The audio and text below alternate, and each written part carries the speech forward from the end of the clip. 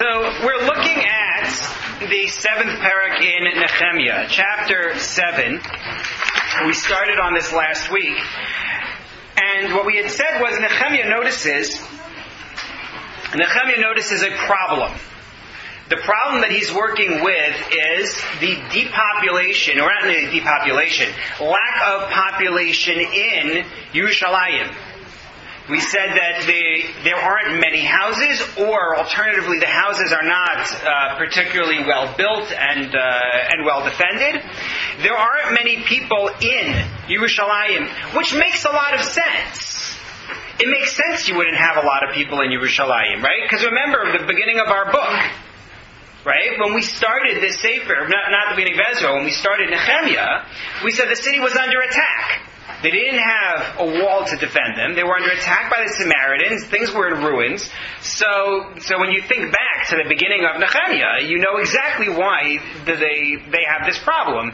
And it's not as though the work on the wall has brought in a flood of people. And therefore Nechemiah is concerned, and we said he's concerned either that because you have few people, you have a slim population, therefore you don't have people to defend the city. Having a wall is nice, but you need to actually be watching what's going on. You need to be standing guard. And that was one concern. And then the other concern is that when you have a sparse population, if there is an invasion in some part of the city, you're not able to gather to defend because you don't even know necessarily about the attack. So Nechemiah comes up with a plan, and the first stage of his plan is to take a census. And we said that the goal of the census may simply be, because he wants to cast lots and say, as we're going to find out, 10% of the population has to go live in Yerushalayim, so you need to do a census for that purpose. I did note that it seems like the Dot Mikra might be adding a layer to this and saying what he really wants is to get the leaders into the city to participate in his plan, and he needs to do a census in order to summon them there. It's a ploy to get them to get them there. We had a side note on the Gemara that talks about people not wanting to live in Yerushalayim, whether people like city life or don't like city life. But then we started on the census itself, and what we found was that he dredges up this old census that was done in the time of Zerubbabel. We said maybe that's in order to give people a sense of cohesion and legitimacy, linking them to the past. And he brings it here in the text itself. So, Censuses 6, right? Sentence 6 in chapter 7, if you're using the Stone Tanakh, you're page 1851. Sentence 6, all the way through to the end of the chapter, in sentence 72, is a reprint of Ezra chapter 2. It's very funny to me, when you get in the Chumash, when you get to the Parshios we're in right now, right? Where this week we're reading Vayakel Pekudei. So people ask, why do you need Vayakel Pekudei? Parshas Truma is, here are the instructions for building the Mishkan. Parshas Tetzaveh is, here are the instructions for the clothing of the Kohanim and the last bit of the construction. And then in Vayakel Pekudei you get, and here is what they did to build it, and it's a repeat, it's just past tense of what they built, and in Pekudei and here's the clothing that they made. And it's basically verbatim. You just switched from not future tense, you switched from imperative to a description of what they did, and you could exchange them. So why in the world do you bother with that? And there are all sorts of divrei Torah, very nice ideas about it, showing that they followed through and they did what they were told to do, which is rare for us, and the like. And then you get later in the Torah to Parshas Naso.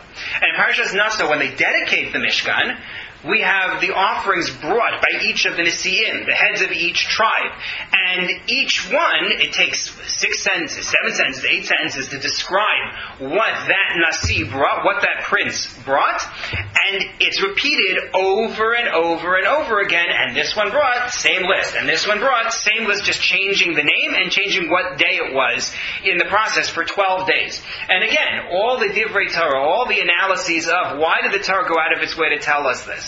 But they have nothing on what we're seeing here, which is 66 or 67 sentences that are basically a repeat of what we saw in Ezra 2. So why is this? In fact, we printed it. Forget why he does the lineage again. That we've explained. But why include it? Why canonize it in the text? And we offered 2 explanations. One from the Dan Mikra was to suggest that it's out of pride in the initial Olim, the people who came, initially. It's like an encore for them. Like, hey, weren't they great? Let's applaud them again. Or alternatively, this idea that I really liked from Tamar Cohen Eskenazi, which I brought at length on the sheet last time, but we were at the end of the class, and that's why I'm taking time on it now to make sure that we grasp what she was doing, in which she said it's really marking the end of the unit. And that there are 3 units in this book, and they are punctuated by the emphasis on the people. So the first unit was just the opening 5 sentences or 4 sentences in Ezra, in which we were presented with the mission.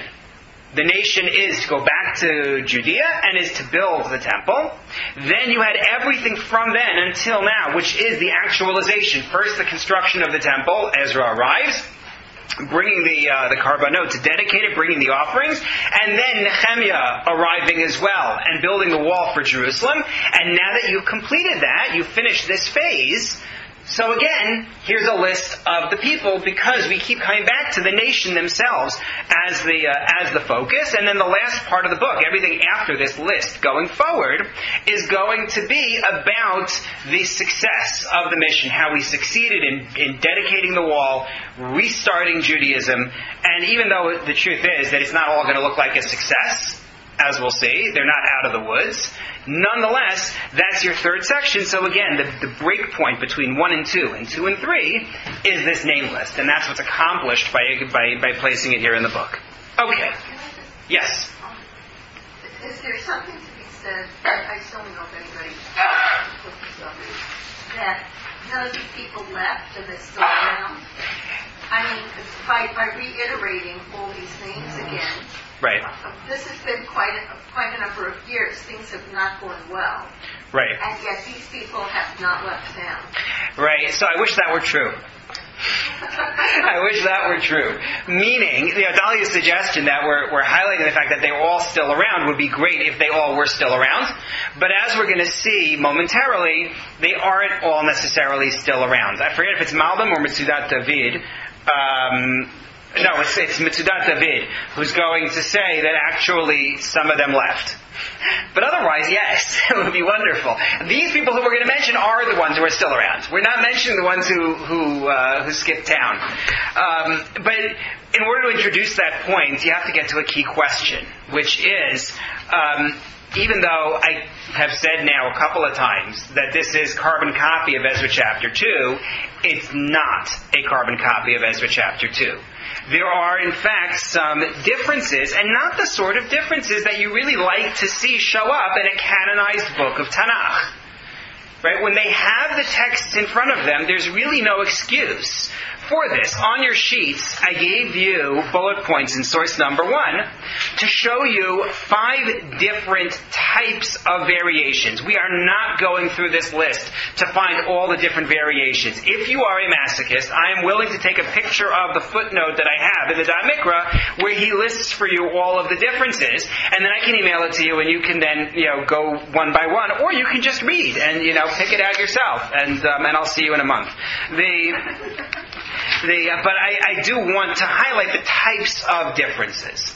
So some of the differences, as I wrote there on the sheet, are changes in spellings of people's names, or a letter is added, a letter is missing, the sort of things that aren't shocking. So for example, I gave you the contrast there between Ezra chapter 2, sentence 6, and Nehemiah chapter 7, sentence 11. You might want to just keep a hand in both places for the next couple of minutes to make this easier. Ezra chapter 2 is page 1815.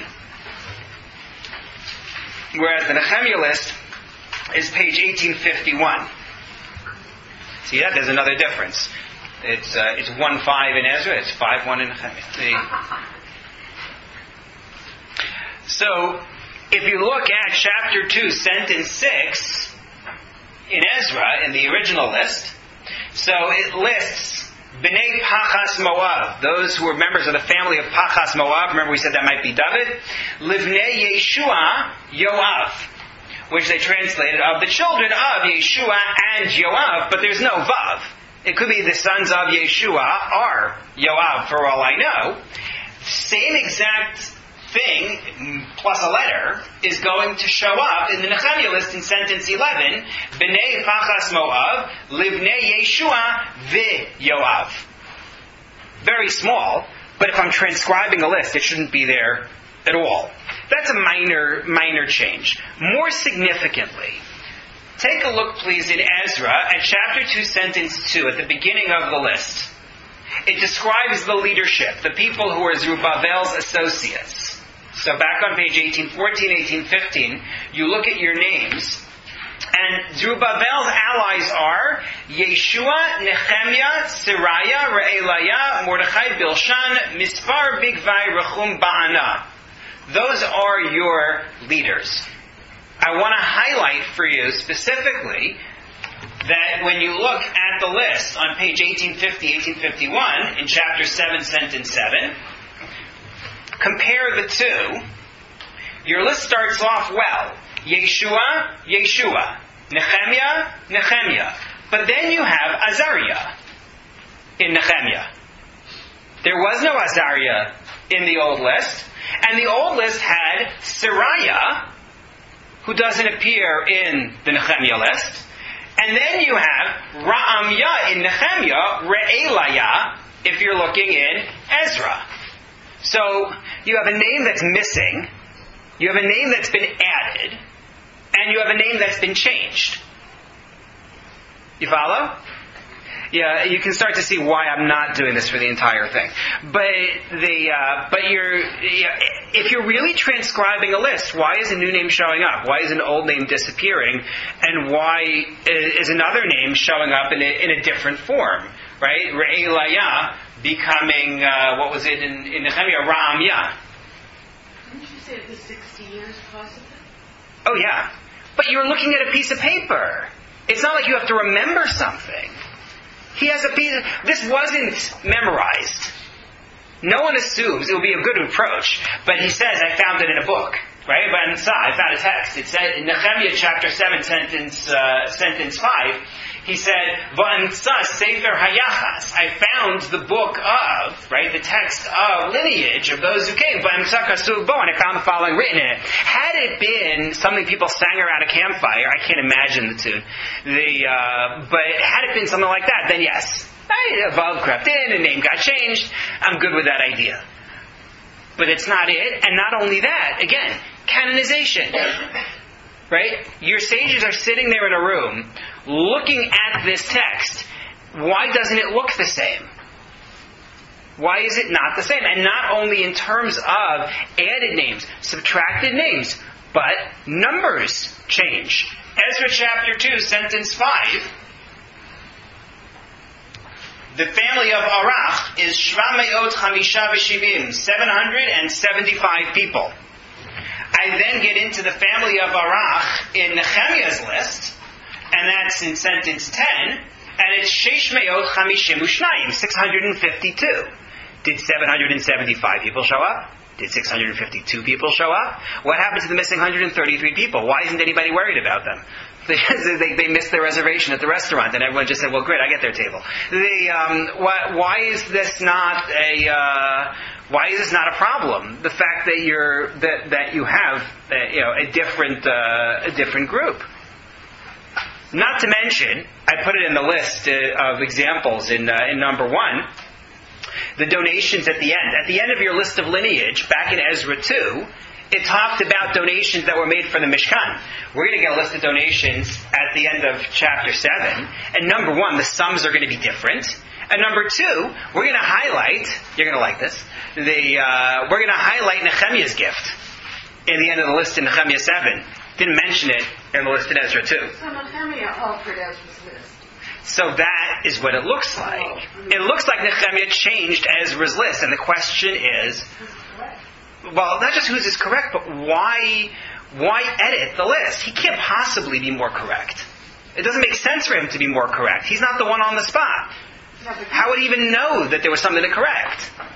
And if his list is correct, why didn't they, when they canonized Tanakh, why didn't they change the list in Ezra 2? Yeah. Could there have been a deterioration of the Sefer? I mean, it was 60 years. Who knows what they wrote it in, what the cloth or whatever they wrote on was...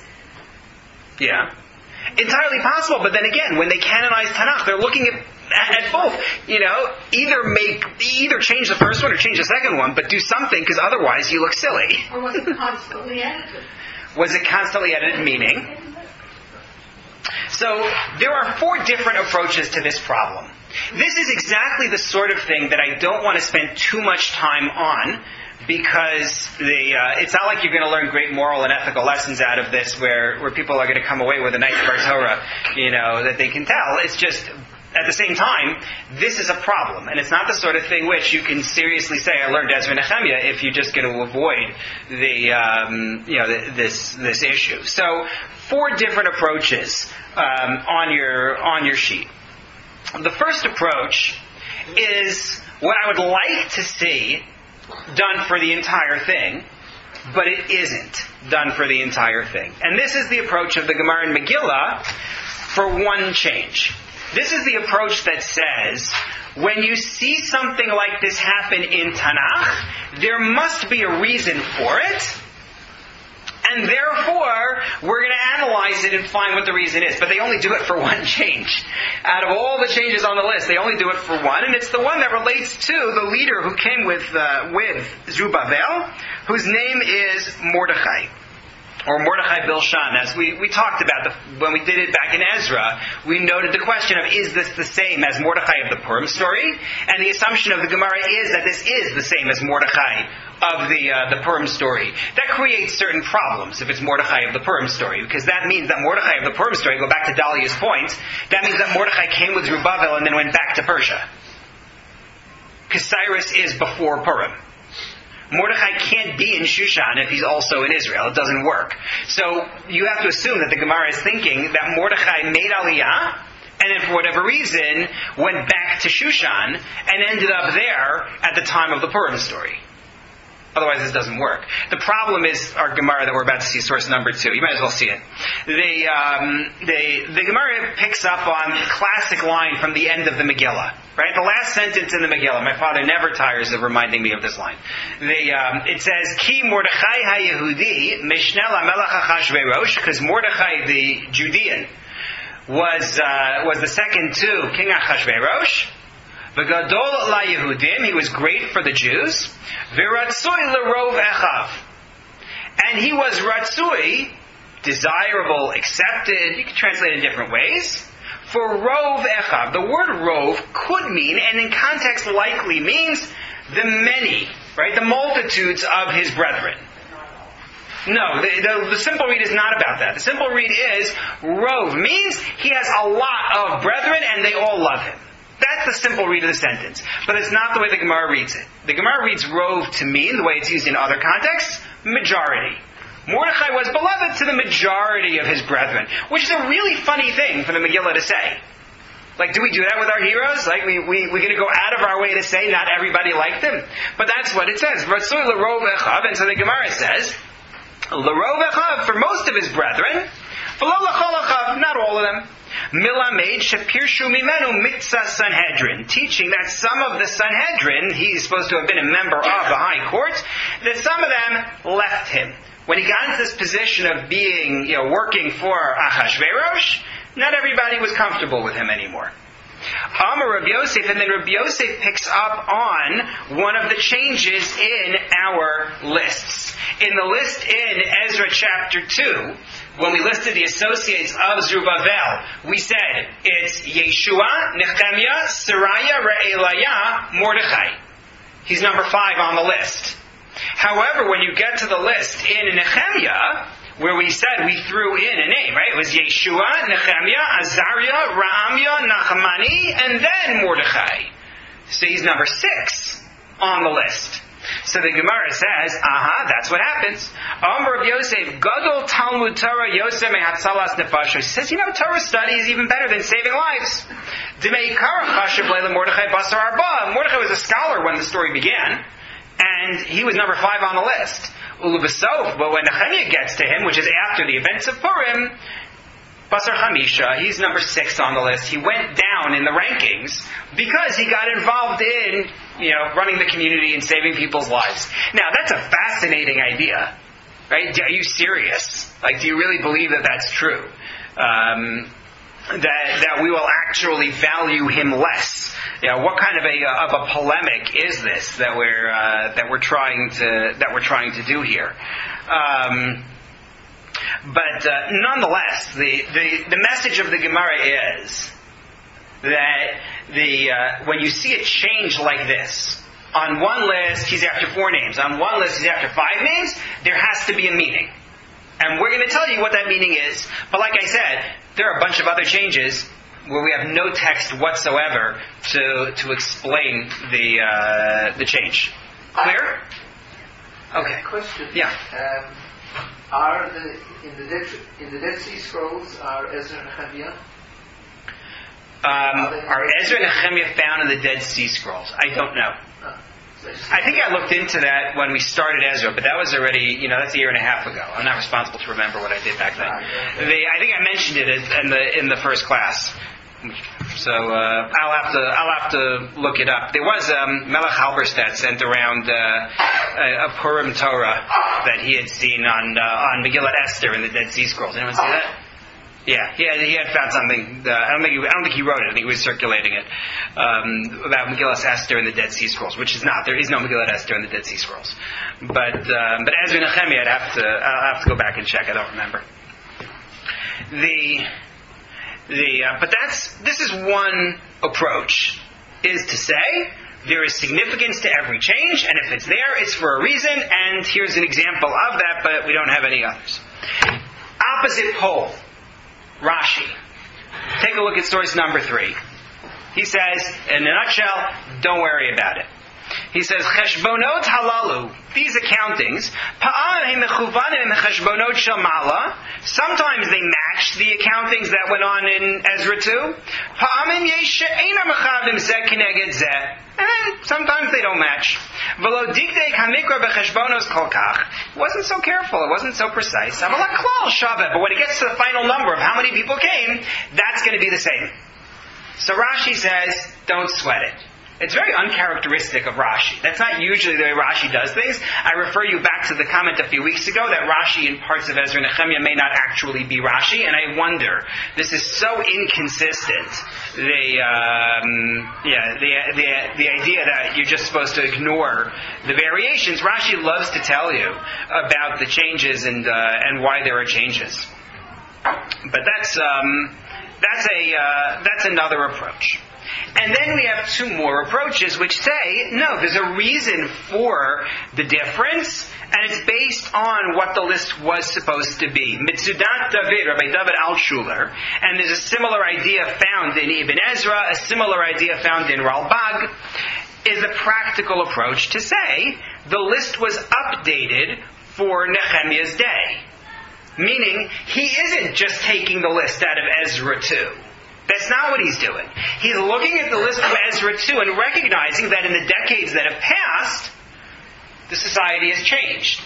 And certain changes have to be reflected if I'm going to make the census relevant for my day. What are the differences? So take a look at source number 4. There's a lot of text there.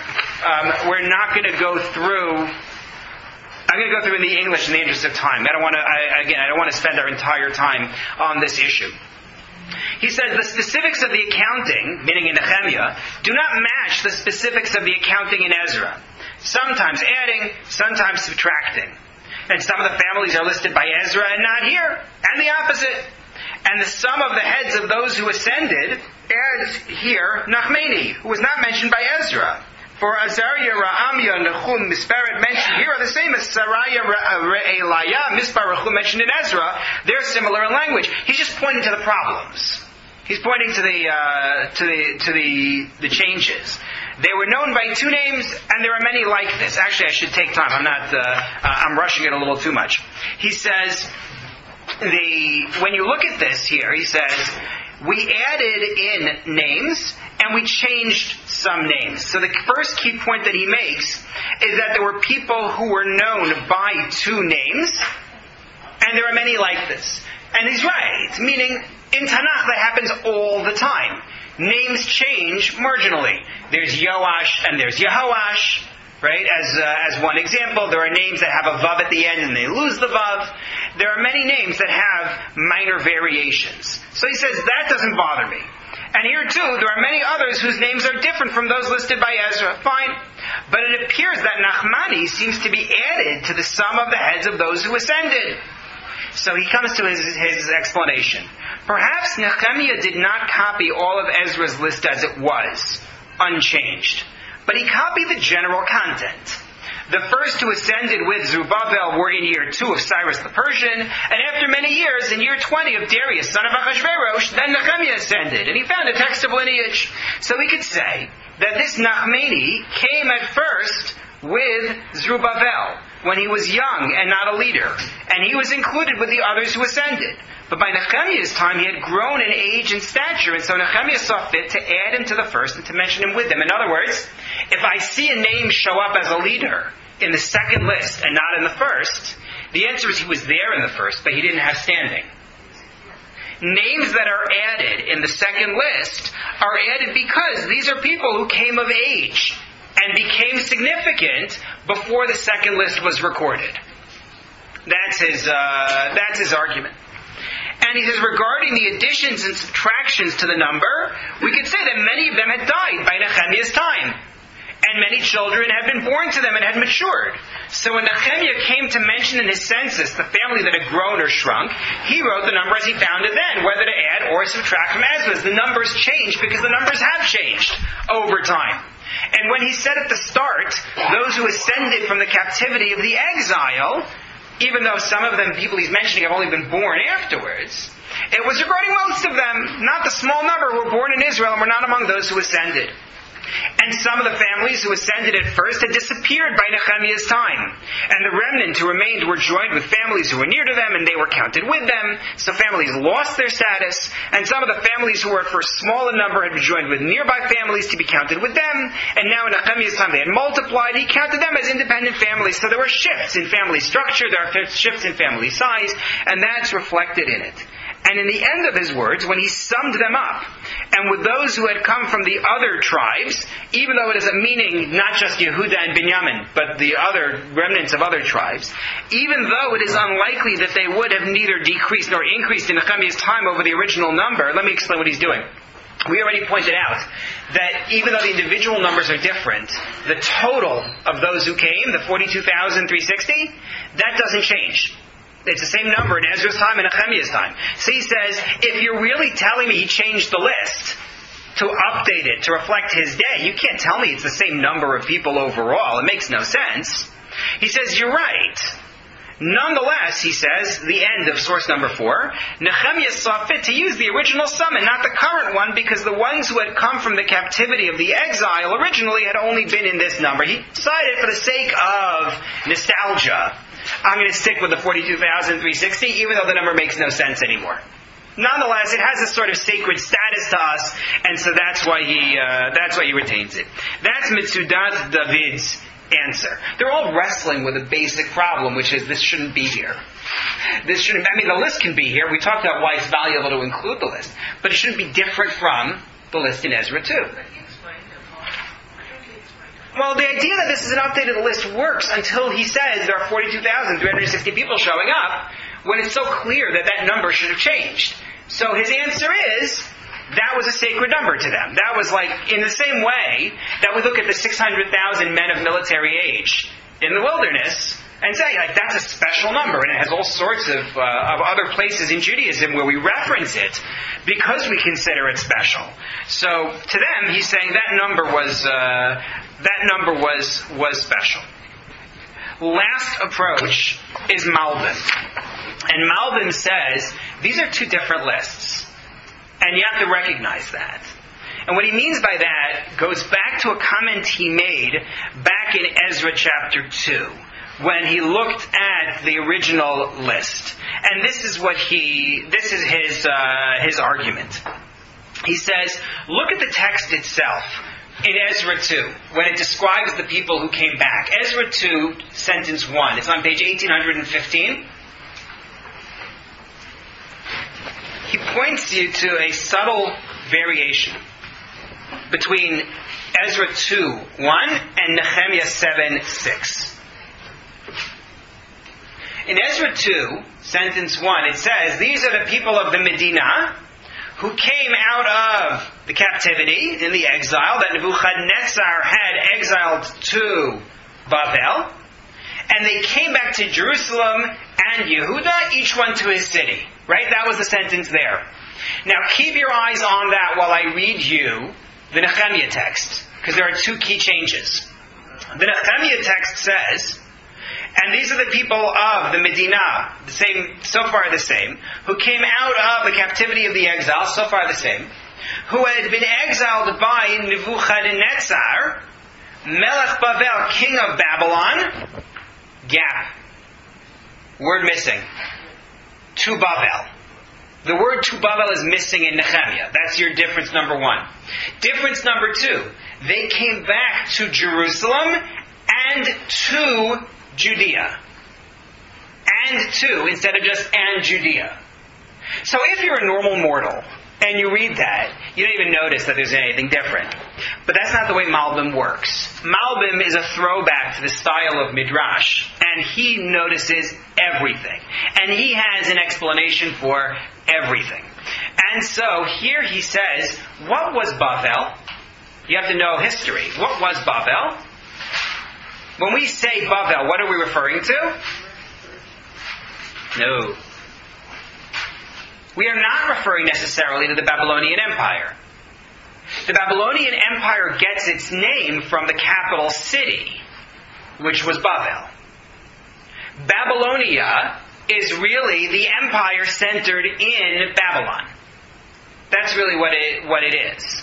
That's point number one.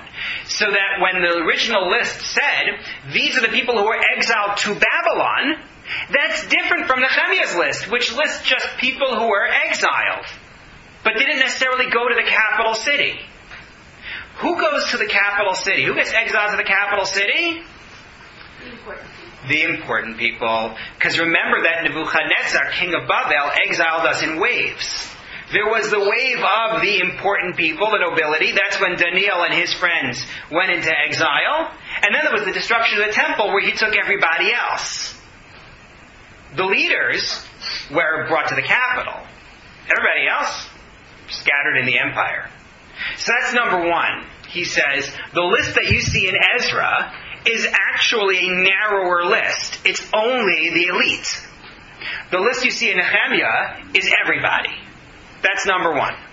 Number two, the list back in Ezra said they returned to Jerusalem and Judea. The list in Nehemiah says they returned to Jerusalem and to Judea. Malbim is a grammarian. He says there's a difference between saying they went to Jerusalem and Judea and saying they went to Jerusalem and to Judea. What in the world is the difference between the two? He argues that where you have the word to, it means they actually went to both places. They didn't just go to Jerusalem, but rather they went to the general cities in Judea. They went to Judea as the place where they would live, as opposed to the initial group went to Jerusalem primarily, and then they may have gone around to Judea, but Jerusalem was primary. The point that Malbim is trying to make, and I'm trying to do this without reading you the text in number 5, I'm trying to explain it outside of Malbim's own text, is to say that your first list is the list of the people of status, the ones who went into exile first, who were in Babylon. Nehemiah's list adds the people who went into the later exile, who went to general Babylonian cities, and also returned eventually. And so he says, when you look at the population discrepancies, the extra names and the larger numbers found in the second list include people from the rank and file who joined the return after Zerubbabel altogether, but they came back eventually. So Nehemiah says, I'm putting them on the list too. What about the people who are on the first list and not the second list? What do you do with them? So he says, these are the people, and this goes back to Dahlia's point, these are the people who dropped out. When the construction of the temple halted, they went home. He also offers another suggestion to explain the missing numbers and names. He notes that some of the people are counted here based on their cities and some based on their families, and maybe there's some switching of that. But that's his approach. So fundamentally, if you want to know what we accomplished in the last half hour, we learned that we have a real problem with these different lists, and we learned 4 approaches. Approach number 1 is to say every change is significant, but we only know one meaning. An approach that says, don't worry about it, they didn't, so you shouldn't either. An approach that says the list that you're seeing the second time is updated to reflect changes over time. And the 4th approach that this second list is expanded, because it's not only a list of the elite, it's a list of everybody, which, by the way, fits Nechemiah's identity. Right? That fits Nechemiah's personality. So much has been anti-aristocracy in Nechemiah's approach that it's not surprising for him to say, I'm going to count everybody on my list. Karen. Which one do you like? Which one do I like? Kind of the one that's brought here in the name of Rashi, I think. Don't worry about it. I say in the name of Rashi because it's so uncharacteristic to see Rashi say it. But the truth is, I like that answer most, but it bothers me because, again, I feel like they're so careful with so many other things. It's really strange to see this carelessness. It is really strange to see this carelessness. I guess between the 2 explanations of updated list versus broader list, Malbim is a more clever way to solve the problem, but Mitzudat David has the ring of truth. That it's simply Nechemiah updates the list based on what's going on decades later. That, to me, has the ring of truth. It's the difference between a Gemara class in which you want to know, so what did the Gemara really mean, and Pilpul. The Pilpul, you're going to pick up on fine points and come up with an idea that they never ever meant, but it'll be cool because it solves all your problems. That's what I feel like when I'm reading Malbim here. He picked up on the extra lama here, and he picked up on the Bavel here, and he came up with this neat explanation. But I feel like Mitzudat David, the answer is it's an updated list, and be done with it. Okay. Like I said, we are not going through all of the differences in the list. I'm only going to pick out a couple of highlights that I think are worth noting. So take a look in Nechemiah now, chapter 7, sentence 7. The list of the elites who came with Zerubbabel. We're back on page 1851 if you're using the Stone Tanakh. So we listed Yeshua, Nechemiah, Azariah, right? Ra'amyah, Nachmani, and then the rest of the list we can ignore right now. So Re'elayah from the first list became Ra'amyah here. Mispar, who's from towards the end of the list, became Misperet, which is also interesting. But in particular, we lost Sariah and we gained Azariah. Well, that's a really interesting thing. The reason why it's really interesting is because what was Ezra's father's name? Oh boy. Ezra's father's name. Go back to Ezra chapter 8. We had 15 generations, chapter 7 I should say. We had 15 generations listed for him. Right? We had a big deal out of that. Chapter 7, sentence 1. What's Ezra's father's name? Sorry? Sariah. Ben Azariah. And here's Azariah. Exactly. So the question now is, the list as it appears in Ezra 2 has Sariah, Ezra's father. The list as it appears in Nechemiah 7 has Azariah, Ezra's grandfather. Right? There's got to be something going on. So if you look at source number 6 on your sheet, Rabbi Zakheim says, here's your answer. Azariah was the name of Ezra's grandfather. Since Zerubbabel preceded Ezra by several decades, right, this is the first wave of returnees, it is highly likely that the Azariah who appears in the census was Ezra's grandfather. He thinks Ezra's grandfather made Aliyah with Zerubbabel.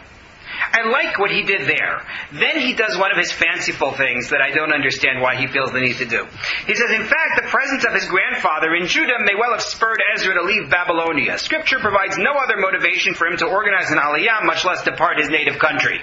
He has this additional idea. Once he suggests that Ezra's grandfather came on aliyah with Zerubbabel, he says, well, maybe that's why Ezra came. I mean, we have so many other things about Ezra, so many other facts about him that we know of that would have compelled him to go. He's this religious leader. He wants to drive that in Israel. I don't think it needs to be because Granddad's there and I want to go take care of him. But that's Zakheim's solution. There's another solution that's possible, though, and that is that Azariah is actually Ezra. Don't look at it as the grandfather. Azariah, who's in our list in Nechemiah, no, it is Ezra. Azariah equals Ezra. I brought you source number 7. That would be the grandson of the other. Oh, the grandson of that original Azariah. Yeah, no, that's true. Right. I didn't translate here because I ran out of room on the sheet, but I'm going to explain what you're seeing in source number 7. Source number 7 is a technical text. It's talking about names that appear in a get. You mean the etymology of Azar? Well, they're both the same etymology, to help. Right.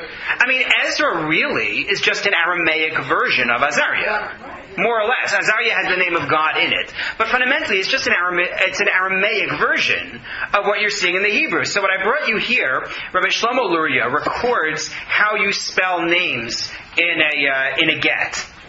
And he quotes here regarding this name, he says, Valshem Ha'ish Azariah. Regarding the male name Azariah, V'karan lo Ozer. What do you do if you have somebody whose name, as he was named at his bris, was Azariah, but everybody calls him Ozer? So what do you write in the get? He says, Nirali, it appears to me that you should write Azariah with a hey, and you should write Azariah Dimitri Ozer. You write in the get, his name is Azariah, and people call him Ozer. With a get, I should explain, we're always concerned about writing all possible names, because we never want the nightmare situation in which somebody says, no, that's not really him. No one calls him that. His name is X. So what we actually do in a get is we collect all the nicknames, all the names that are used on registries somewhere, what's his driver's license under, whatever it is, and we'll say, his name is this, but he's also known as this, also known as that.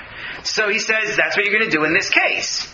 And he says, Ozer, when you find the name Ozer, we find that as a name signed on legal documents. People are called up to the Torah, he says, by the name of Ozer. So really it's its own name. And you find it in the Torah as well. You find the name Ozer, he says.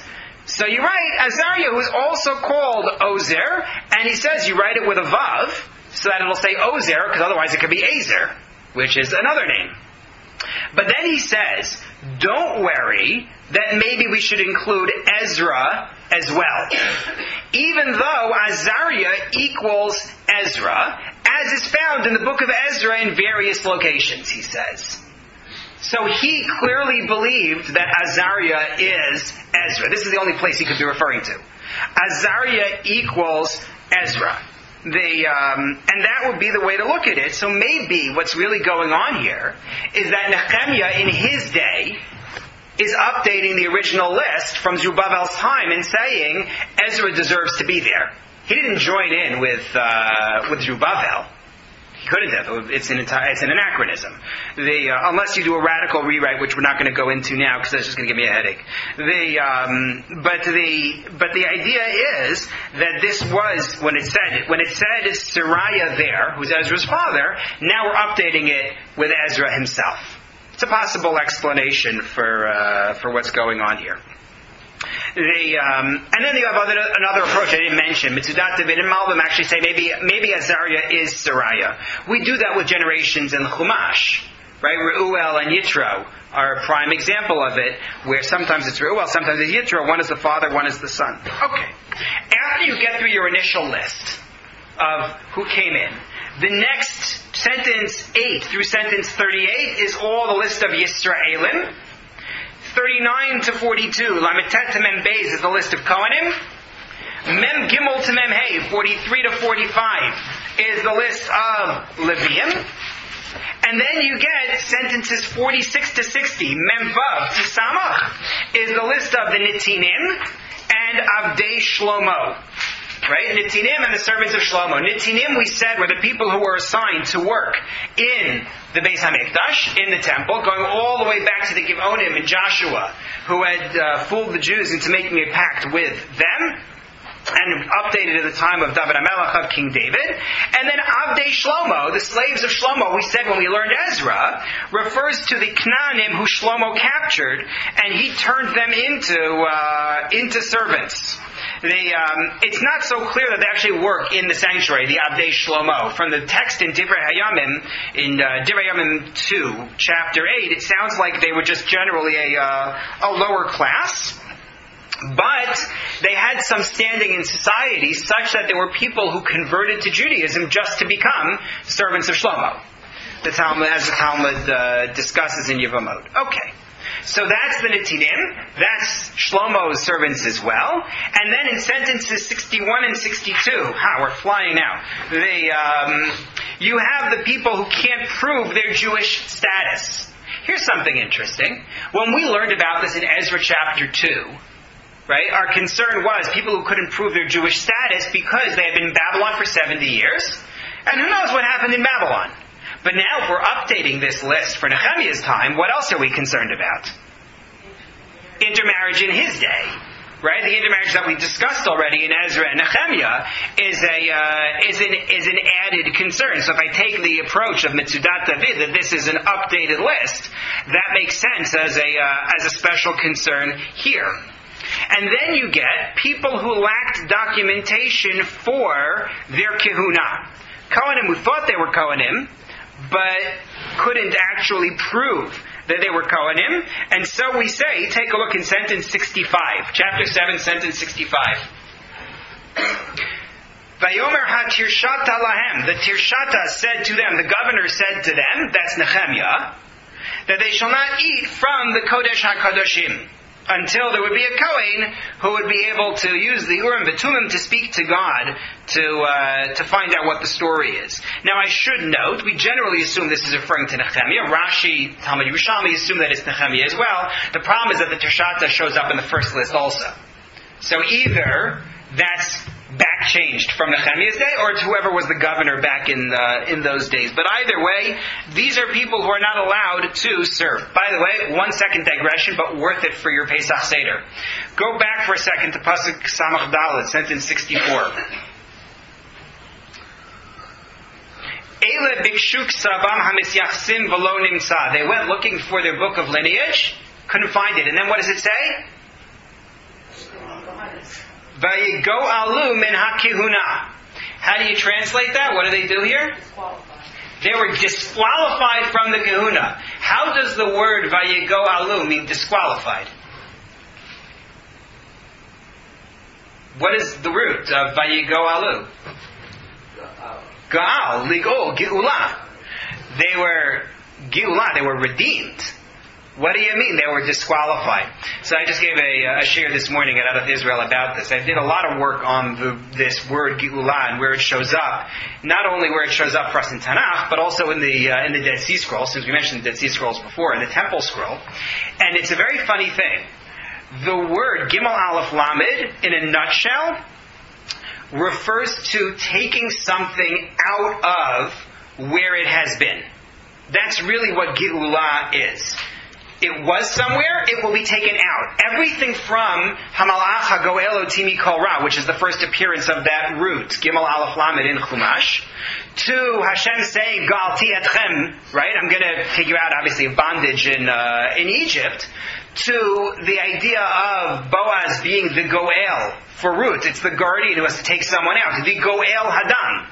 Right, the redeemer of the blood, as we call it, is the relative who's going to save, or in this case, posthumously save, the person who was murdered, to being Goel a field in the time of Yovel, the time of when you have the 50th year.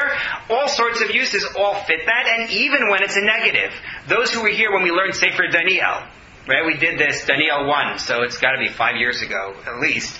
Daniel says, I don't want to eat the scraps from the king's table. Levilti yitga'al. And I don't know what Levilti yitga'al means. And it's a very difficult line. However, you find that root, Gimel Aleph Lamed, is used in Daniel and in Malachi and here to refer to something that is to be removed, to be taken out of where it is, in those cases because it is impure. Malachi criticizes the Jews for bringing on the Mizbeach lechem megoal, bread that should be taken out.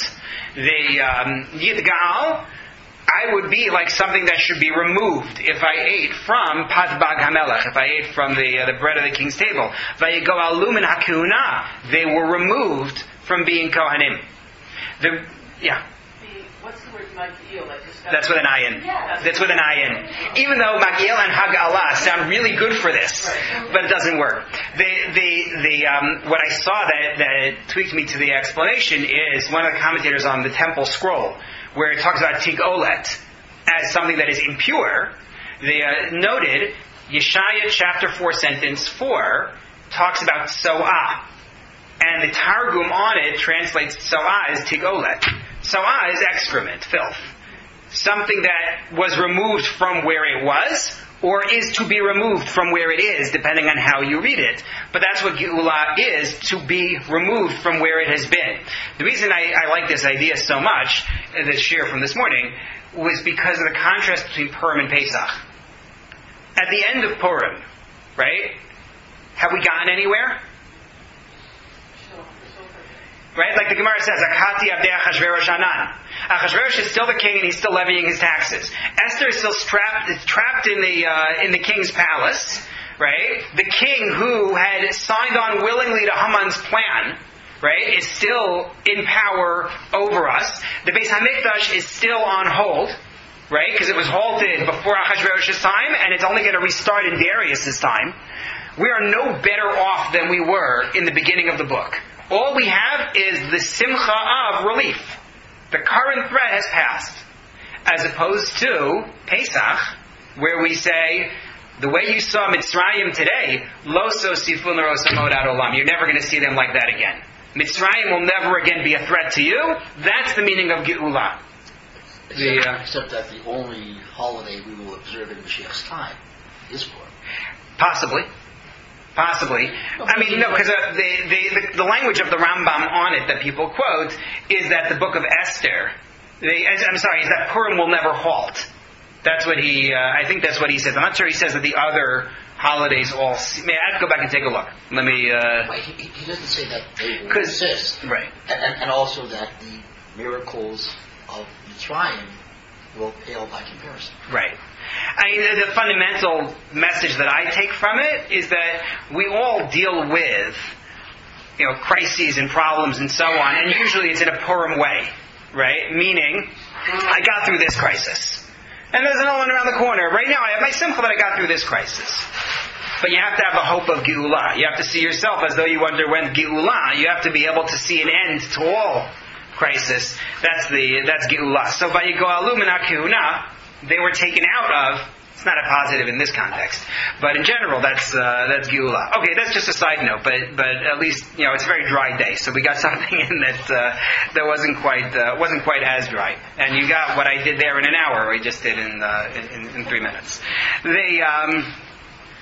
The rest of this list here. Right, so you have in sentences 63 to 65, the people who lack the documentation as Kohanim. Sentence 66 is the summary, where it says that Kol HaKahal Ke'achad, the entire community together, is 42,360, right, which again is the original number, even if it's no longer true by Nehemiah's day. And then you get the slaves and the singers, the people who sang. We said when we read this in Ezra that Rashi said the people who sang in the joy of ascending from Bavel, and now they're going to, as Ibn Ezra said, they're going to sing to God. Notice as well, as we noted back then, that you have male and female, Mishorim u'Mishorarot. So someone's got female singers as well as male singers, obviously all done in a permitted way, but worth noting. And then sentence 68, you start on the Gemalim. You have the Gemalim, the camels, and the Chamorim, the donkeys. And as we noted back in Ezra 2, These are not the animals they take with them that they're going to use domestically in their new land.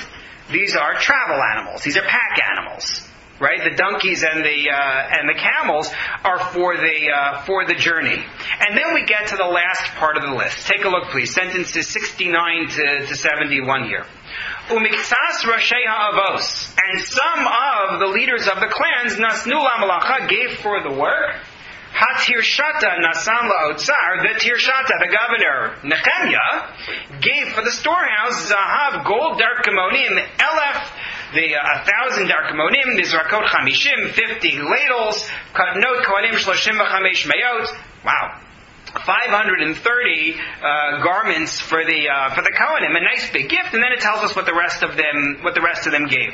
So I guess we'll have to pick up on next time. We didn't quite get to the end of the list, but we got close. Are the donations for the work, because these are very different from the donations listed in Ezra 2, and we've thrown in Nechemiah to boot. So we'll have to discuss that, and then move on to chapter 8, in which the Jews are now ready for a big public Torah reading, which is going to change their community entirely.